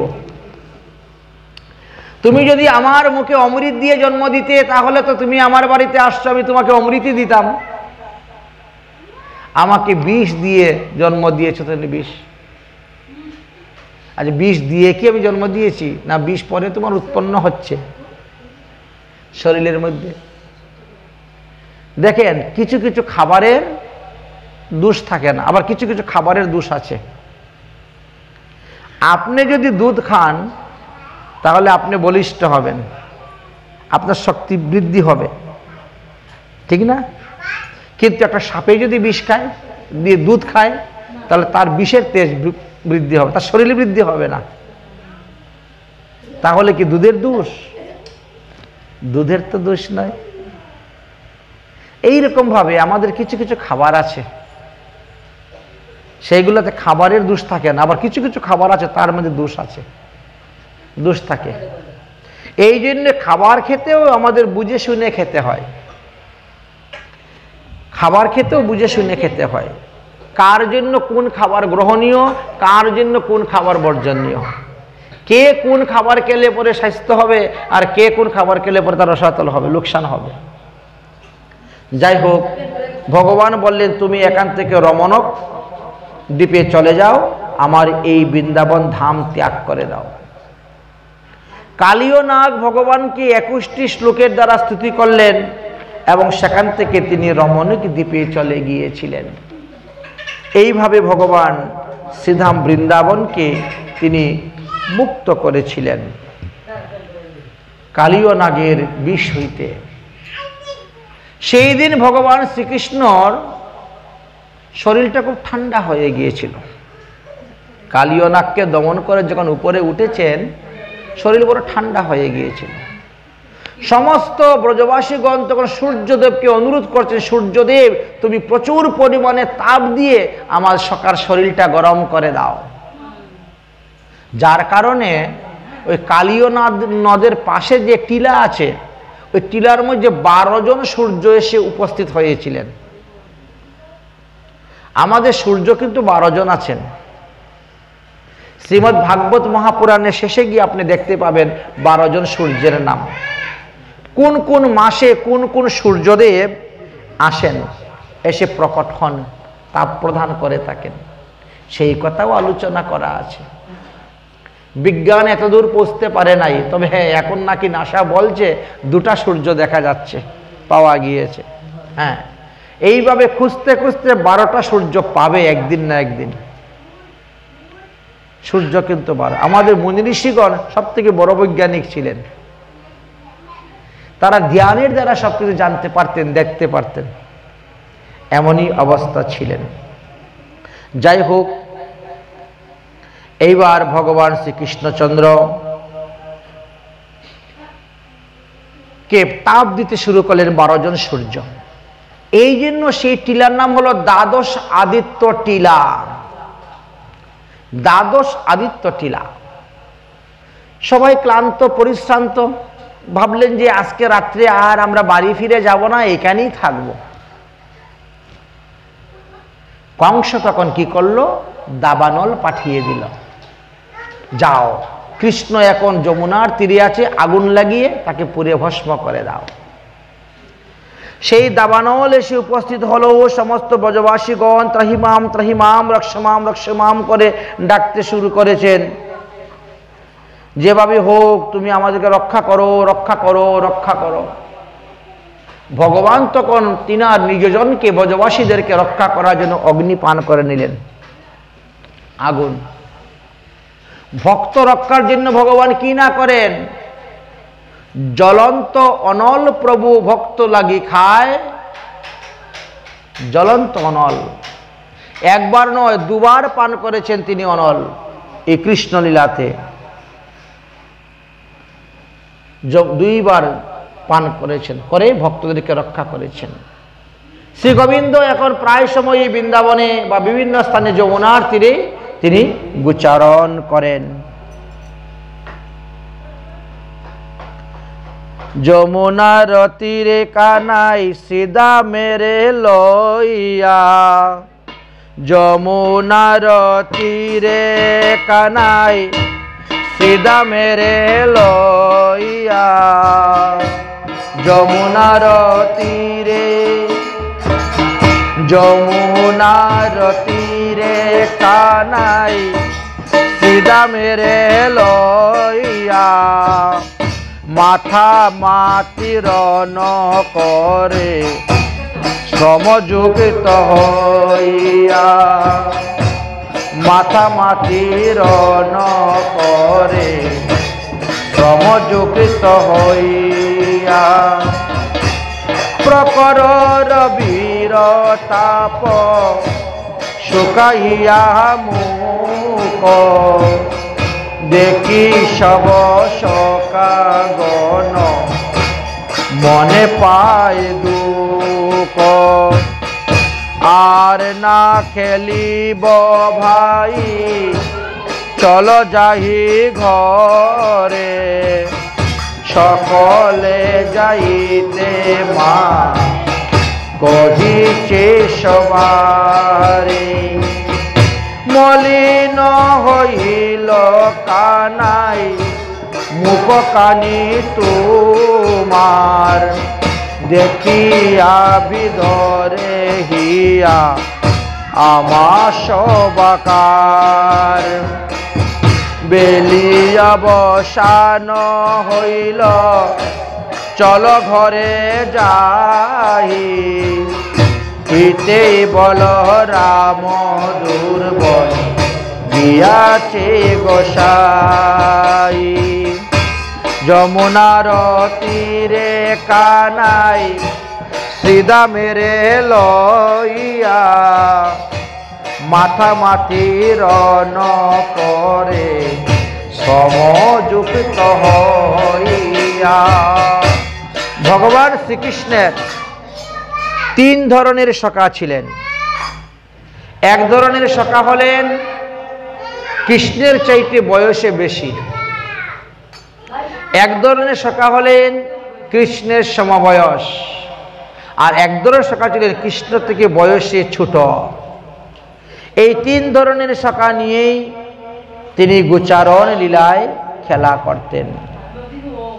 ব্রজে প্রসিদ্ধ শ্রী গোবিন্দ বিভিন্ন সময় বিভিন্নভাবে খেলা করে গিয়েছেন। জয় জয়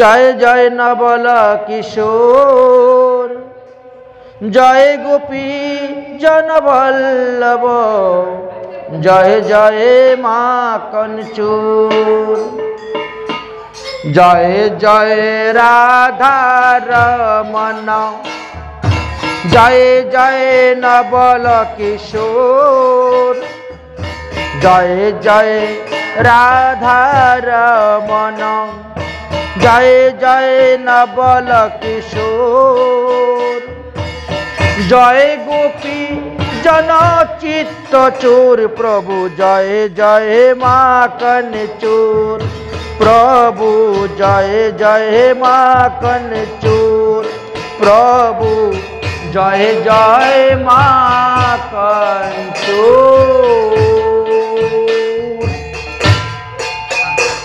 ভগবান গোচারণ লীলা করতে করতে বিভিন্ন স্থান হইতে স্থানান্তরে গমন করতেন। শ্রী গোবিন্দকে দেখার জন্য ব্রজগোপীগণ আলতা পাহাড়ের উপরে তারা বসে থাকতেন। উচাগাঁও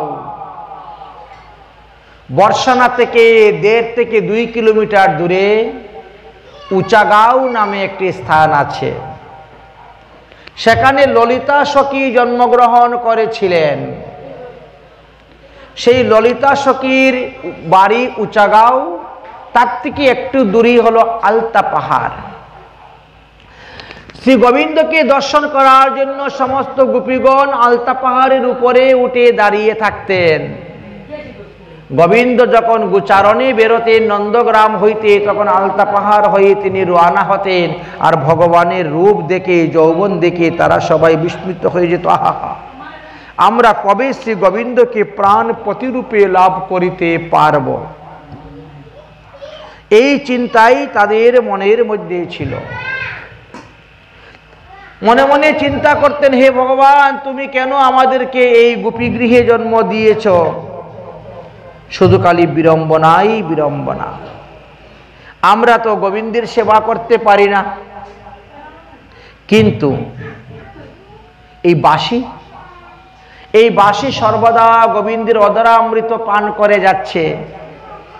আমরা গোপী দেহ প্রাপ্ত হয়ে যদুবংশে জন্মগ্রহণ করে কৃষ্ণের অধরা অমৃত পাই না। কি সৌভাগ্য বাঁশির, সে সর্বদা গোবিন্দের সঙ্গ লাভ করতেছে। হে বিধাতা, আমরা যদি নারী কুলে জন্মগ্রহণ না করে একটা বেণুবৃক্ষ হয়ে জন্মগ্রহণ করতাম, তাহলে আমাদের জীবন সার্থক হতো। আমাদের এই নারী জন্ম না পেয়ে যদি আমরা বৃক্ষ লতা হয়ে জন্মগ্রহণ করতাম, তাও কৃষ্ণ সঙ্গ লাভ করতে পারতাম। একটা তীর্ণ হয়ে জন্মগ্রহণ করলেও তো কৃষ্ণের চরণ ধুলি পেতাম। ঘাসের উপরে দিয়ে হেঁটে যাচ্ছেন। অগুরু চন্দন যদি হইতাম, তাহলে তো লাভ হইতো যে ঘামিয়া তিনার চরণের মধ্যে পড়তে পারতাম। এই গোপীদেহ না পেয়ে যদি আমরা বনের হরিণ হয়ে জন্মগ্রহণ করতাম, তাও ভালো ছিল, কারণ বনের হরিণগুলাও গোবিন্দকে দর্শন করে, তাকে কিন্তু কেউ বাধা দেয় না। আচ্ছা, হরিণীরও তো শ্বশুর আছে, শাশুড়ি আছে, স্বামী আছে, সন্তান আছে, কিন্তু তারা তো কেউ কোনোদিন বাধা দেয় না। কিন্তু আমরা যদি দেখতে যাই, তাহলে আমাদের শ্বশুর শাশুড়ি ননদী তারা সবাই বাধা প্রদান করে থাকে। তাহলে আমাদের এই গোপীদেহ প্রাপ্ত হওয়া হলো বিড়ম্বনাই বিড়ম্বনা, বিড়ম্বনা ছাড়া আর কিছুই নেই। এইভাবে তারা মনে করতেন নিজেদেরকে, আর বড় দুঃখ প্রকাশ করতেন। এমন সময় সেখানে বৃন্দা দেবী গিয়ে উপস্থিত হয়েছেন। যুগমায়া পূর্ণমাসে উপস্থিত হয়েছেন। কি গো গোপীগণ, তোমরা কিসের জন্য এত দুঃখ করছো, এত চিন্তা করতেছ, এত কান্না করতেছ? গোপীগণ তখন তাদের মনের কথা খুলে বললেন। তখন পূর্ণমাসী দেবী বৃন্দা দেবী তাদেরকে বুদ্ধি দিলেন, তাহলে তোমরা এক কাম করো, কাত্যায়নী ব্রত করো। এই কাত্যায়নী ব্রতের দ্বারা তোমরা অনায়াসে শ্রী গোবিন্দকে লাভ করতে পারবে। অতএব তোমরা কাত্যায়নী ব্রত আরম্ভ করো। কিভাবে কাত্যায়নী ব্রত করতে হবে সেটাও তিনি শিখিয়ে দিলেন। সেই অনুসারে গোপীগণ অগ্রায়ণ মাসে কাত্যায়নী ব্রত করেছিলেন। কাত্যায়নী ব্রত করেছিলেন অগ্রায়ণ মাসের শেষ, পৌষ মাস আরম্ভ এই সময়ে। কাত্যায়নী ব্রত দ্বারা 1 মাস করেছিলেন। প্রতিদিন সকালবেলা গিয়ে স্নান করে যমুনার তীরে এই ব্রত উপবাস করেছিলেন। কিন্তু তথাপিও ভগবানের দর্শন তারা পাচ্ছেন না। ভগবান শ্রীকৃষ্ণ মনে মনে চিন্তা করছেন, আজকে 1 মাস ধরে তারা আমার ব্রত করতেছে আমাকে স্বামী রূপে পাওয়ার জন্য, তো তাকে দর্শন দেওয়ার দরকার। গোপীরাও কিন্তু ব্রত করতে করতে অধৈর্য হয়ে যাচ্ছেন, গোবিন্দকে পাচ্ছেন না। তাই তারা গোবিন্দের চরণে প্রার্থনা করতেছেন, দর্শনে দাও, দর্শনে দাও গণ শ্যাম, ও না তো মেরা আকিয়া প্যাসি রে, दर्शन दाओ भगवान, दर्शन दाओ भगवान, अनाथ मेरा आँखिया प्यासी रे, दर्शन दाओ भगवान। मन मंदिर को ज्योति जगा दो, घटे घटे वासी रे,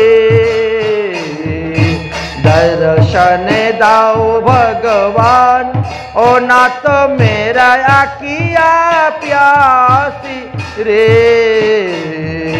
दर्शन दाओ भगवान।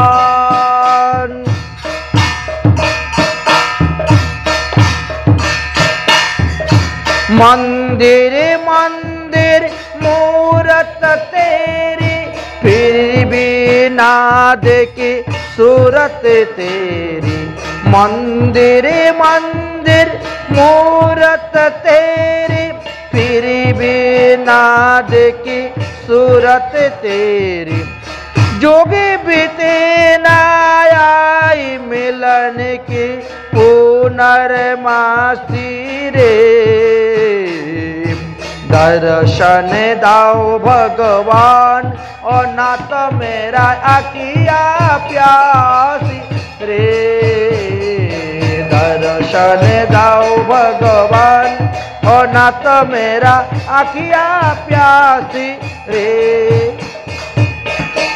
दार दया का जब तक खुले, पंचम सुर में गूंगा बोले, दार दया का जब तक खुले, पंचम सुर में गूंगा बोले, अंध देखे लंगड़ा चल कर पहुँचे काशी रे, दर्शन दाओ भगवान, ओ नाथ मेरा आँखिया प्यासी रे, दर्शन दाओ भगवान, ओ नाथ मेरा आँखिया प्यासी रे।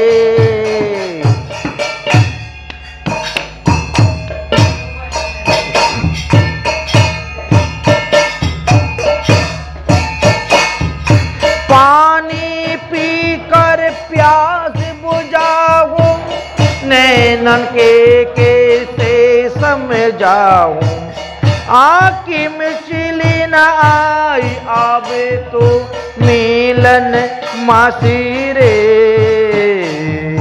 दर्शन दाओ भगवान, और नाथ मेरा आँखिया प्यासी रे,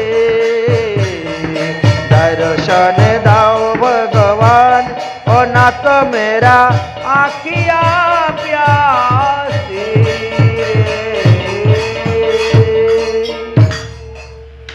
भगवान हलेन साध्य बस्तु, साध्य बस्तु भगवान के पेते गेले साधन करते हय, साध्य बिना साधन बस्तु कखनो पावा जाए ना। ताई भगवान श्रीकृष्ण के साधन करलेन ब्रजगोपीगण, कात्यायनीव्रत करलेन भगवान के पावार जन्य। श्री गोविंद गिये उपस्थित हयेछेन, गिये देखेन ब्रजगोपीरा विवस्त्र अवस्थाय যমুনায় नेमे स्नान करतेছেন। একই যমুনা মহাতীর্থ, तीर्थते कखनो उलंग अवस्थाয় स्नान करते नाई, एरा भूल करतेছে, एदेरके शास्ति दिते हबे। ताई गोविंद की करलेन, तादेर कापड़गुलाके हरण करे निये कदम्ब शाखाय रेखे दिए तिनि बसे आछेन। लागबे बेश किछुक्षण जले स्नान टान करे जखन उठलेन तखन देखेन वस्त्र नेই, सबाई जलेर मध्य नेमे गिয়েছেন। विवस्त्र अवस्थाय এখন তারা কি করবেন, কোথায় যাবেন, বড় চিন্তা। কে কাপড় নিল? তারপরে হঠাৎ দেখতে পেলেন কদম্ব শাখার উপরে কাপড়, কিন্তু কে সেখানে নিয়ে রেখে দিল কাপড়? কেমন করে কাপড় কদম্ব শাখায় এত সুন্দর করে সাজানো আছে, কে? তখন ভগবান শ্রীকৃষ্ণ বলছেন, আমি। কি কৃষ্ণ, এটা ঠিক হচ্ছে না। আমরা সব মহিলারা এখানে আছি, আমরা বিবস্ত্র অবস্থায় স্নান করছি, এখানে তো পুরুষের আসা উচিত নয়, তোমার এখানে আসাটা উচিত হয় না, যেদিকে এসেছ বস্ত্রটা তো দিয়ে দাও। গোবিন্দ বলছেন তোমরা একজন একজন করে জল থেকে উঠে আমার কাছে আসবে, এই বস্ত্র আমার বলবে, তখন আমি দিব, না হলে দিব না। অসম্ভব, এটা সম্ভব নয়। আমরা এই অবস্থায় কিছুতেই তোমার কাছে যেতে পারবো না, যাওয়া সম্ভব না। তুমি যদি আমাদেরকে বস্ত্র না দেও, আমরা নন্দ বাবার কাছে গিয়ে বিচার দিব। কৃষ্ণ বলছে যাও, তাহলে বসে আছে কোনো জলের মধ্যে, জলের মধ্যে নাক ডুবিয়ে বসে আছে কোনো, গলা ডুবিয়ে, যাও নন্দ বাবার কাছে বিচার দাও। নন্দ বাবা কেন, তোমরা যদি কংস মহারাজের কাছে গিয়ে বিচার দাও, তথাপিও আমি তোমাদেরকে বস্ত্র দিব না, দেখি তোমরা জলে কতক্ষণ থাকতে পারো, থাকো। জলেরও অধিষ্ঠাত্রী দেবতা আছেন। তোমরা সারদী শিরোমণি হয়ে, পতিব্রতা রমণী হয়ে, যমুনায় একটা মহাতীর্থ, আর তার মধ্যে তোমরা বিবস্ত্র অবস্থায় স্নান করতেছ, তোমরা কত বড় অপরাধ করতেছ, তোমাদের কত বড় পাপ হচ্ছে। কে বলছে তোমাদেরকে এইভাবে বিবস্ত্র অবস্থায় যমুনায় স্নান করতে? তোমরা বরুণ দেবকে অপমান করতেছ। জলের অধিষ্ঠাত্রী দেবতা হলেন বরুণ দেব, তার চরণে অপরাধ হয়েছে। অতএব জল থেকে উঠে তিনাকে প্রণাম করো, প্রণাম করলে পরে তিনি তোমাদের অপরাধ ক্ষমা করে দিবেন। তারা বলছেন আমরা তো এই অবস্থায় জল থেকে উঠতে পারবো না, তবে আমাদের সব থেকে ছোট সখীকে পাঠিয়ে দিচ্ছি, ওর কাছে কাপড়গুলা দিয়ে দাও। দিব না, দিব না। আরেক সখী বলছে দেখ, বেশি বাড়াবাড়ি করলে তো কাপড় দিবেই না, আর এখন পৌষ মাস, ঠান্ডা, জলও ঠান্ডার, কতক্ষণ জলের মধ্যে থাকবো, দাঁতে দাঁতে ঠকঠক ঠকঠক শব্দ হচ্ছে শীতে, কি করা যাবে? আর কি করা যাবে, উঠতেই হবে, গিয়ে বস্ত্র আনতে গেলে যেতেই হবে। এক হস্ত দ্বারা স্তন আচ্ছাদন, এক হস্ত দ্বারা জুনি আচ্ছাদন করে তারা উঠেছিলেন জল থেকে। জল থেকে উঠে বলেন দাও এই বস্ত্রটা আমার, দাও। বস্ত্র দিব পরে, আগে তোমরা দণ্ডবত প্রণাম করে অপরাধটাকে স্খলন করো। কোথায় দণ্ডবত করব? বলে আমি তো আছি কদম গাছে, এই কদম গাছের নিচে দণ্ডবত করলে হয়ে যাবে। তখন তারা কি করবে? এইবার তারা এক হস্ত দিয়ে প্রণাম করতেছেন। এক হস্তে প্রণামের কোনো বিধান নাই। এক হস্তে প্রণাম করলে ইহ জগতের সমস্ত পুণ্য নষ্ট হয়, পরকালেরও পুণ্য নষ্ট হবে, আগের জন্মের পুণ্য নষ্ট হবে। দুই হাত জুড়ে প্রণাম করো এবং তোমরা এই কদম্ব গাছকে পরিক্রমা করো, আমার গুণগান কীর্তন করে করে। তারপরে ভগবান বস্ত্রটা দিয়েছিলেন। আসলে বস্ত্র হলো একটা মায়া। জীবাত্মা পরমাত্মার মধ্যে একটা মায়ার পর্দা পরে আছে, পর্দাটাই তো হলো বস্ত্র, কাপড়। যে পর্দার কারণে জীবাত্মা পরমাত্মাকে দেখতে পায় না, পরমাত্মার কথা শুনতে পায় না, পরমাত্মার কথা বুঝতে পারে না, পরমাত্মার ইঙ্গিত বুঝতে পারে না। ভগবান এই জন্য ওই মায়ার পর্দাটাকে সরিয়ে নিয়েছিলেন। যখন মায়ের পর্দা সরিয়ে গেল, তখন জীব পরমাত্মার সঙ্গে মিলতে পেল, তখন তার ঘৃণা, লজ্জা, ভয় আর কিছু রইল না। যতক্ষণ আমরা মায়ার মধ্যে থাকবো ততক্ষণই তো আমাদের ভয়, ততক্ষণই আমাদের ঘৃণা, ততক্ষণই আমাদের লজ্জা। কিন্তু যিনি মায়াতীত গুণাতীত হয়ে গেছেন, তিনি আর কিন্তু লজ্জা নেই। দেখো না, এখনো অনেক সাধুসন্ত মহাত্মা আছেন, দিগম্বর ঘুরে বেড়াচ্ছেন, সর্বত্র যাচ্ছেন, সর্বত্র খাচ্ছেন। গোবিন্দ যখন গাছের থেকে নামলেন, তখন সমস্ত গোপীগণ তখন গোবিন্দকে ধরে ফেললেন।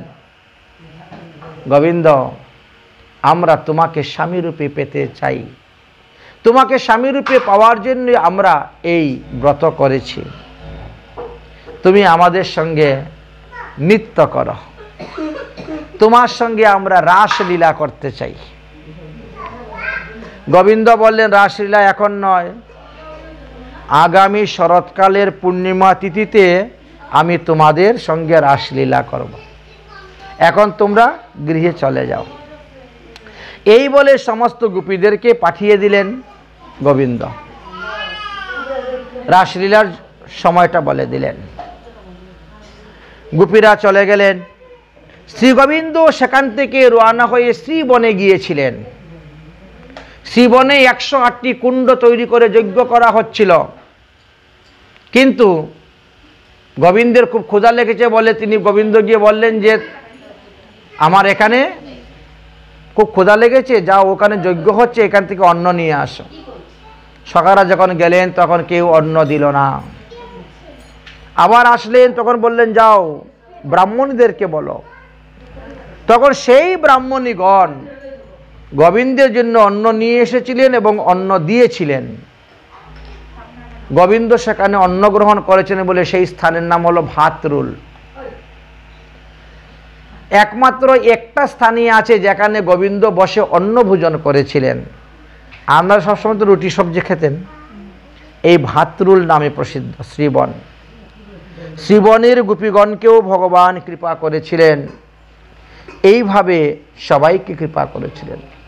শ্রীমদ্ ভাগবত পুরাণ অনুসারে জানা যায় যে ভগবান শ্রীকৃষ্ণচন্দ্র ব্রহ্মার এক রাত্রি পর্যন্ত এই রাসলীলা করেছিলেন।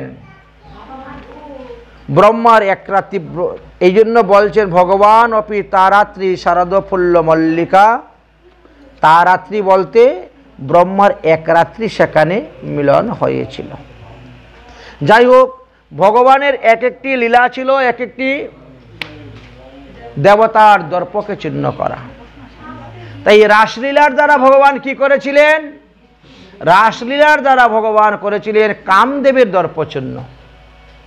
কারণ কামদেবের মনে বড় অহংকার হয়ে গেছিল। কামদেব তো ব্রহ্মাই সৃষ্টি করেছেন। ব্রহ্মা কামদেবকে সৃষ্টি করার পরে তাকে 5টা বাণ দিয়েছেন। এই 5টা বাণ যার উপরে মারবে সেই একেবারে কামে আচ্ছন্ন হয়ে যাবে, তার কোনো হিতাহিত জ্ঞান থাকবে না। সেই বাণ পেয়ে ব্রহ্মা, এই কামদেব চিন্তা করলো তাহলে আমার পিতা ব্রহ্মাকেই পরীক্ষা করে দেখি কেমন শক্তিশালী বাণ। ব্রহ্মাকে যখন মারল, ব্রহ্মা তখন পাগল হয়ে গেলেন। তিনার কন্যা সরস্বতীর পিছনে ছুটলেন একবার, তিনার কন্যা সন্ধ্যার পিছনে ছুটেছেন একবার, দুবারের কথা লেখা আছে। ইন্দ্রের উপরে মেরেছেন, চন্দ্রের উপরে মেরেছেন, এমনকি মহাদেবের উপরে মেরেছেন। তিনি সবাইকে, যাকে মেরেছেন তাকে পরাজিত করে দিয়েছেন। সমস্ত মুনি ঋষির উপরও পরাজিত করেছেন। এই জন্য কামদেবের মনে হলো আমি হলাম সবথেকে শ্রেষ্ঠ দিগ্বিজয়ী, অতএব পৃথিবীতে সমস্ত দেবতাদের পূজার আগে তো আমার পূজা হওয়া প্রয়োজন। কিন্তু আমার পূজা তো কেউ করে না। সব দেবদেবীর পূজার আগে মানুষে গণেশের পূজা করে, কিন্তু আমার পূজাটা আগে হওয়া প্রয়োজন ছিল। তাহলে আমার পূজা কেউ করে না কেন? কারণটা কি? তাই তিনি এসে উপস্থিত হয়েছেন ভগবান শ্রীকৃষ্ণের কাছে। হে প্রভু, আমি সবাইকে পরাজিত করেছি, অতএব আপনি দিগ্বিজয় সার্টিফিকেট আমাকে দেন আর পৃথিবীতে ঘোষণা করে দেন সব দেবদেবতার আগে আমার পূজা হবে। ভগবান বললেন তুমি তো আমাকে পরাজিত করতে পারো নাই, তুমি যদি আমাকে পরাজিত করতে পারো তাহলে আমি তোমাকে সার্টিফিকেট দিব, তুমি সব দেবতার আগে পূজা পাবে। ঠিক আছে, আসুন যুদ্ধ করব। ভগবান বলছেন এখন নয়, আগামী রাস পূর্ণিমাতে তোমার সঙ্গে আমার যুদ্ধ হবে। সেই দিন আমি 100 কোটি গোপী নিয়ে নৃত্য করব। যদি তুমি আমার পতন করতে পারো তাহলে না তুমি সার্টিফিকেটটা পাবে। এই জন্য জানা যায় যে 100 কোটি গোপী নিয়া যশোদা নন্দন বৃন্দাবনে রাসলীলা কইল আরম্ভন, নাগর টেরে টেরে হেরয়ে রাই বয়ান। মহাজনগণ পদ রচনা করে গিয়েছেন। এই 100 কোটি গোপী নিয়ে ভগবান রাসলীলা করেছেন, তথাপিও কামদেব ভগবানকে পরাজিত করতে পারল না। এই জন্য কামদেব উল্টা আরো ভগবানের নাম রেখে দিয়ে গেলেন কি অচ্যুত আনন্দ। অচ্যুত ন চ্যুত ভব ইতি অচ্যুত।